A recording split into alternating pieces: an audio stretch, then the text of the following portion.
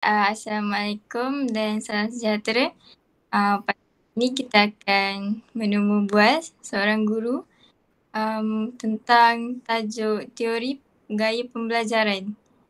Okey. Jadi cikgu, saya ingin bertanyakan beberapa soalan tentang topik ini. Yang pertama, boleh cikgu terangkan teori pembelajaran yang cikgu gunakan dalam pengajaran harian? Okey. Waalaikumsalam warahmatullahi wabarakatuh.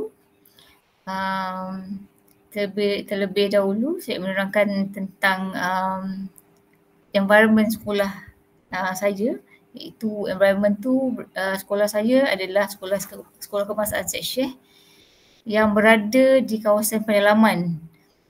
Kawasan pedalaman ni sosioekonomi ibu bapa kanak-kanak ni semuanya taklah orang-orang kaya, kebanyakannya orang penuh getah, orang-orang susah lah, anak-anak orang susah. Jadi teori sekolah ni ada dalam seramai dalam 500 orang murid dan satu kelas dalam 30, tak sampai 30 lah, 28, ada yang 25 orang murid. Jadi teori yang sesuai yang selalu digunakan di sini adalah teori pembelajaran behaviorisme. Okey. Kenapa dalam pengajaran? Kenapa teori ini digunakan? Ya. Teori ni adalah paling sesuai kerana murid-murid ni dia lebih senang bak kata Menteri Pendidikan, kita nak membentuk murid kita dengan adab. Adab, anak baik lagi cerdik, baik dulu. Baik itu ialah adab, iaitu behaviour murid lah, tingkah laku. Set of tingkah laku murid dibentukkan dulu sebelum kita mengajar lah. Itu lebih mudah. Jadi bagaimana teori ni dapat membantu dalam proses pengajaran cikgu? Teori ni sangat membantu kerana sebelum kita mengajar ilmu yang berbentuk kognitif, kita kena mententeramkan murid-murid ini dahulu di dalam kelas. Mententeramkan dengan teori behaviorisme. Jadi apa contoh dalam pengajaran cikgu? Contohnya bagaimana cikgu mengaplikasikan? Bagaimana mengaplikasikan? Ya. Teori ni kalau melalui tingkah laku murid-murid sekolah saya adalah sekolah rendah je. Sekolah rendah lebih senang untuk membentuk tingkah laku ni. Dengan kalau sekolah rendah ni kita bagi dia something lah, macam kita bagi dia gula-gula ke kan, untuk berbentuk dia pembelajaran dia dalam kelas lah. Jadi budak-budak ni berebut-rebut lah nak jawab soalan tu. Kalau kita bagi dia gula ke, kita bagi dia pensel ke sebagai hadiah, behaviour dia akan terbentuk lah. Nampak je pensel atau gula-gula, next time semua nak menjawab soalan tu. Lebih mudah kalau sekolah rendah ni. Jadi teori behaviorisme yang mana yang cikgu guna? Dan teori kita tahu kan ada 3. Tiga teori. 3 tu apa? Yang pertama teori Pavlov. Mana? Satu yang cikgu gunakan. Saya lebih suka pada teori Pavlov lah. Dia teori rangsangan lah kan. Kalau Pavlov ni anjing saja. Kan? Ya. Betul. Kita bagi dia gula-gula, next time dia akan berlumba lah nak menjawab kan. Jadi adakah cikgu menggunakan lebih daripada satu teori pembelajaran ni? Selalunya di sekolah lebih daripada satu, memang ada lebih daripada satu lah. 2, kadang-kadang 3 sekaligus lah kita gunakan. Selain daripada teori behaviour ni, kita gunakan juga teori kognitif. Kadang-kadang dua-dua sekali kita gunakan dalam pembelajaran tu. Oh, jadi teori kognitif tu bagaimana cikgu mengaplikasikannya dalam pembelajaran? Teori kognitif ni contohnya Jean Piaget kan. Ya. Dia dia dalam range umur, kalau macam kita tahap 1, tahap 2 kan. Kita kena tengoklah umur murid-murid tu. Sebelum kita deliver pengajaran tu. Tengok umur kognitif murid tu. Konkret ke ataupun tak konkret ke, dia tak boleh lah sama je ajar tu kan.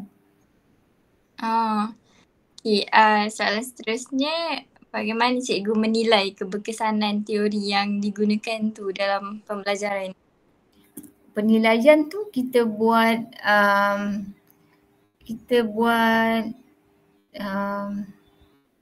nilai keberkesanan teori. Maksudnya macam mana cikgu sama ada teori tu berkesan atau tidak?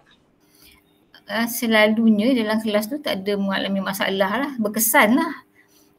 Dan kita tengok daripada rekod SSDM. Kalau di sekolah ni ada rekod sistem sasiah disiplin murid ni. Elok lah 18 dalam sebulan tu seorang 18 kali lah rekod SSDM. Jadi tak ada masalah. Malah di sekolah saya ni dia dapat anugerah. Anugerah SSDM terbaik, pengisian SSDM terbaik. Kita rekodkan dia punya tingkah laku lah. Everyday lah. Okay, jadi kita masuk tajuk gaya pembelajaran murid.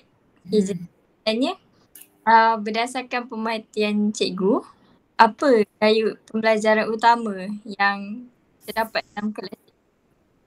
Sebagai sekolah biasa di kawasan kampung pedalaman, jadi gaya pembelajaran murid-murid ni lebih kepada tingkah laku yang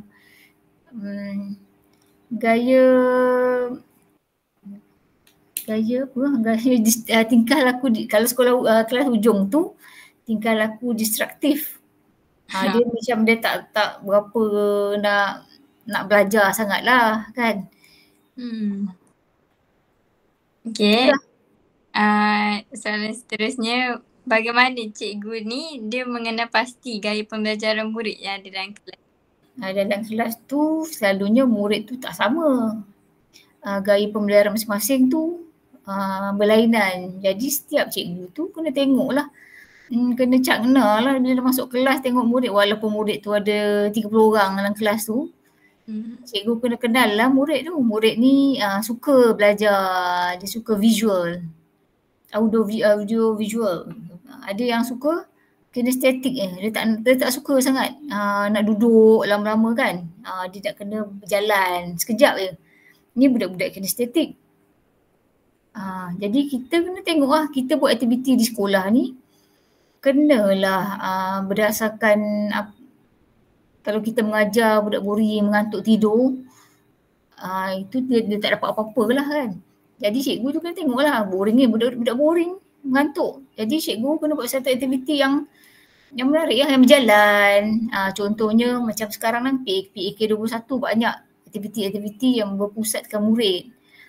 Student centered. Jadi budak tu boleh jalan, pergi dekat dari meja ke meja, ada station-station, tu sambil belajar, sambil dia seronok dan dia berjalan. Dia tak lalu mengantuk. Okay. Banyak tu itu. Banyak.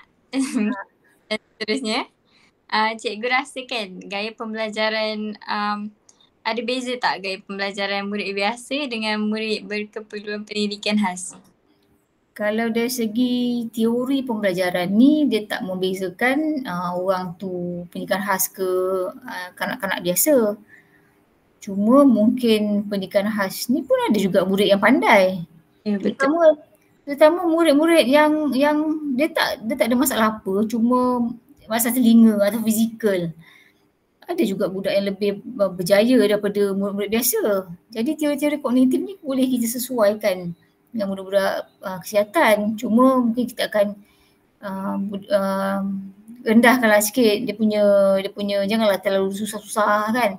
Yang dia boleh buat lah, dia boleh achieve PDP kita tu. Jadi kan gaya pembelajaran murid ni dia berubah-ubah ke dari semasa ke semasa? Ya, dia memang berubah. Kalau ikut teori Jean Piaget tu, dia ada murid daripada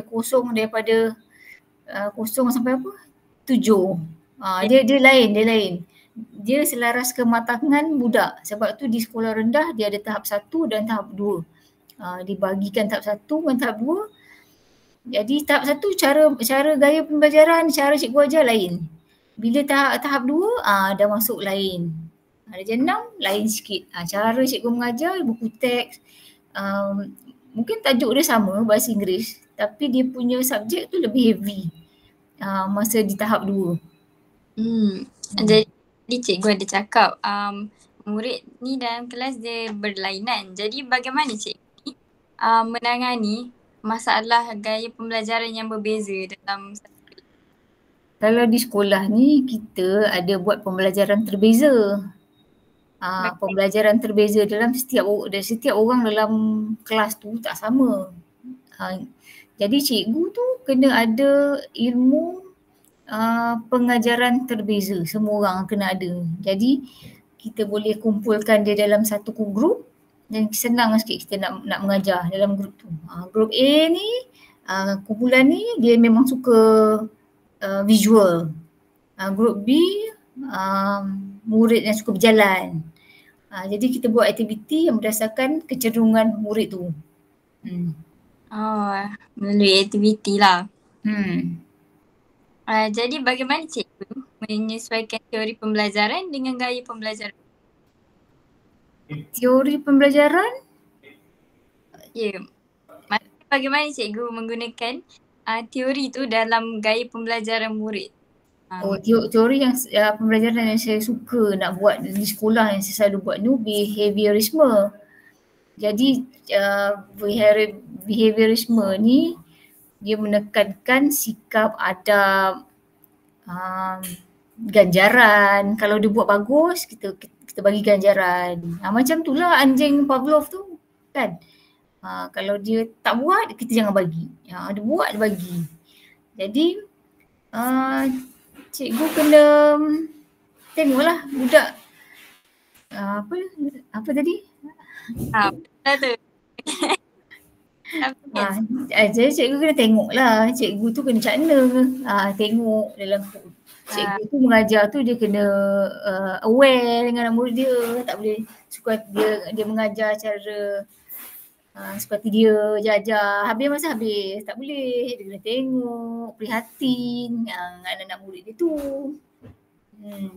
Boleh cikgu bagi contoh gaya kaedah pengajaran yang cikgu gunakan untuk kaitkan teori ni supaya dengan gaya pembelajaran murid?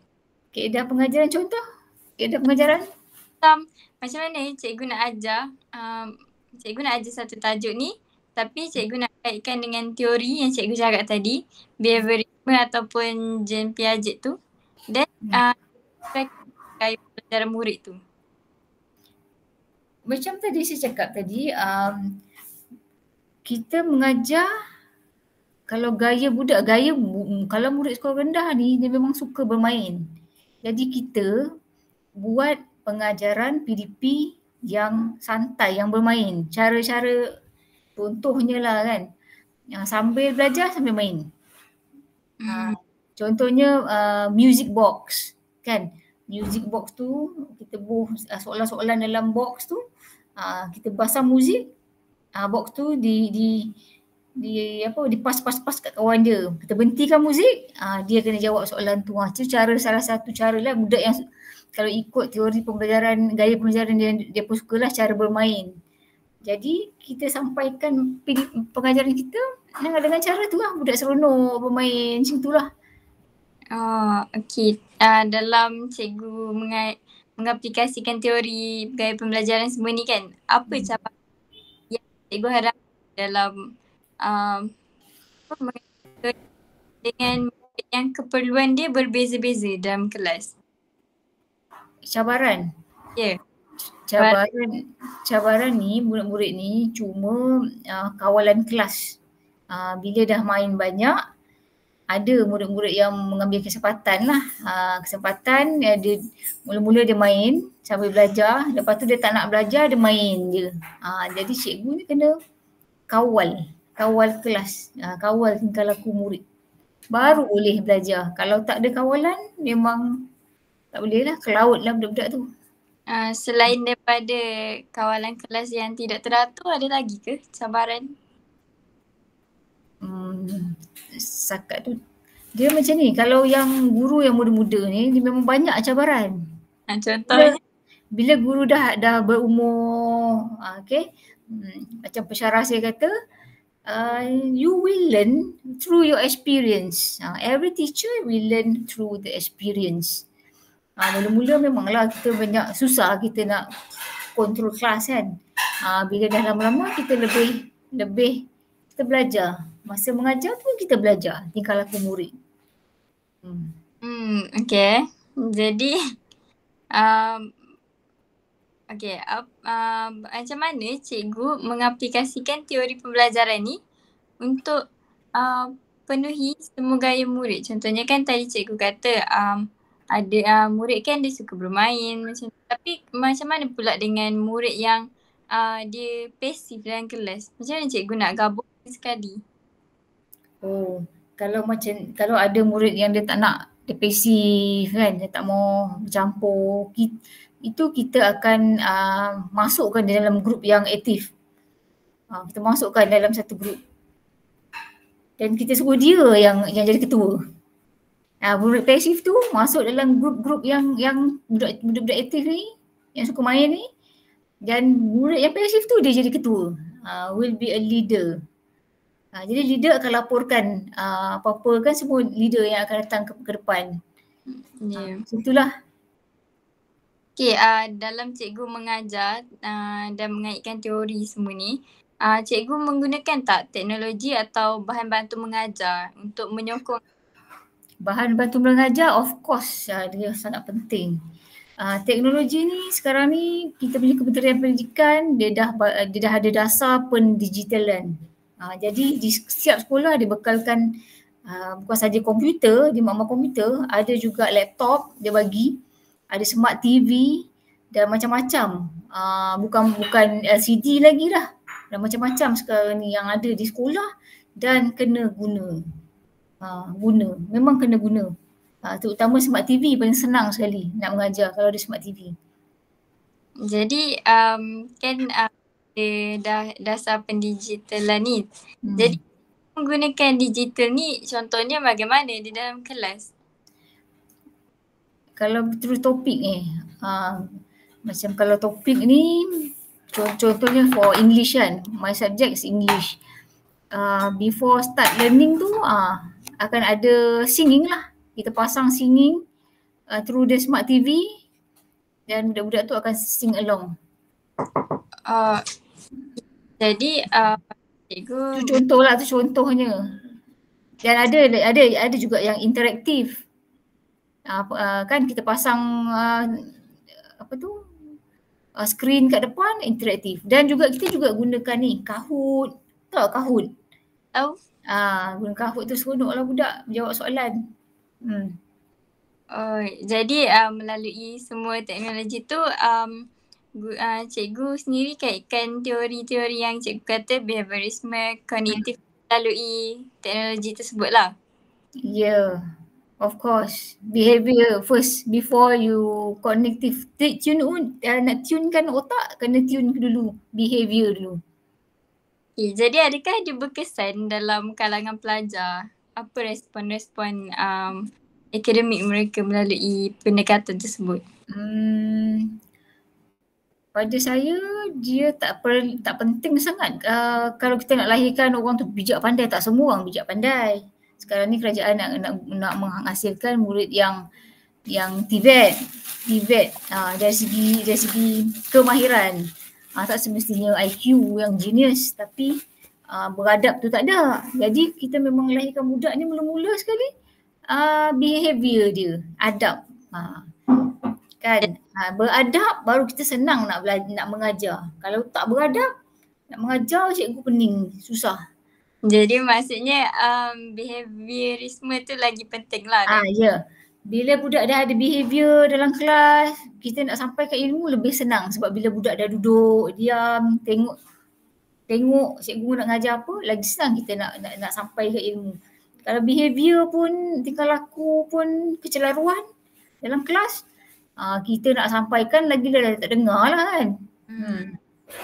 Okay. Jadi soalan seterusnya saya nak tanya apakah kesan pengaplikasian teori ni terhadap keberkesanan pengajaran cikgu? Pas cikgu pakai teori tu dalam kelas, apa kesan dia yang cikgu dapat? Yang pertama, saya punya peratus SSDM, sasiah murid saya meningkat, peratus sasiah. Tu yang mula-mula dulu kita pentingkan. Dan kemudian kita akan tengoklah dia punya pencapaian akademik lah pada exam kita bulan 5 ni. Okay. Jadi bagaimana gaya pembelajaran murid tu mempengaruhi kaedah pengajaran cikgu? Gaya pembelajaran murid mempengaruhi? Ya, maksudnya macam mana contoh gaya pembelajaran murid tu? Contohnya kan cikgu ada cakap tadi gaya-gaya tu mempengaruhi kaedah pengajaran.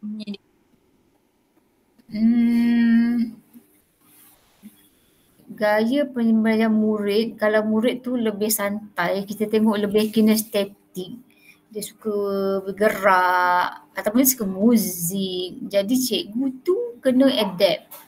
Adapt lah sikit, adapt and adopt. Dia kena design dia punya pengajaran tu sesuai dengan budak. Kalau tidak, budak tak mau dengar, budak tidur. Dia boring. Yelah, okay. Adakah cikgu dapat melihat perbezaan dalam dan selepas menggunakan teori tu? Sebelum dan selepas? Ya, ada perbezaan tak antara? Ada. Kalau teori behaviour ni, tingkah laku sangat boleh tengok perbezaan. Kalau segi kognitifnya je kita tak nampak sangat. Exam pun kita nampak. Behaviour ni sangat kita boleh tengok budak yang ada behaviour bagus dengan yang tingkah laku yang celaru. Behave, you have to behave in the class first. Dan di sekolah saya ni sekarang ni memang budak-budak tu banyak yang kita praktikkan teori ni, dia orang lebih behave. Masalah disiplin tak ada. Kalau yang besar-besar tu tak ada. Sikit-sikit tu ada. Sebab dia behave. Okay. Jadi kan kalau untuk murid pendidikan khas, contohnya PPKI kan, kat sekolah cikgu, bagaimana cikgu ni sesuaikan pengajaran macam tu ke? Adakah sama teori yang ataupun tidak? Saya ingat kalau macam yang kalau behaviour ni lebih kurang sama lah kot no. Sama je. Nak kalau budak tu dia masalah dia bukan masalah fizikal. Dia masalah dia lembam kan. Masalah pembelajaran. Masalah pembelajaran lagilah dia kena behave lah. Dia tak pandai tak apa, tapi jangan dia kena behave. Follow the rules. Macam itulah. Sangat lagi-lagi lah PPKI ni kalau kita buat behaviour ni memang bagus. Jadi bagaimana teori pembelajaran kognitif pula yang cikgu tekankan dalam kelas? Kognitif tu terbagi kepada beberapa peringkat. Kalau peringkat yang lebih budak dah besar tahap 2 ni, kita banyak delivery yang konkret. Bukan yang kita yang lebih abstrak. Abstrak. Yang bawah-bawah tu kena konkret, kena ada mewujud.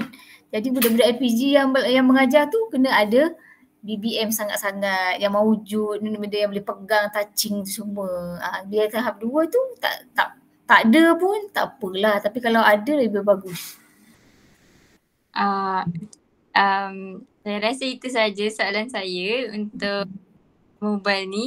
Jadi Hmm. terima kasih cikgu kerana sudi join kita punya temu bual ni. Okey, sama-sama.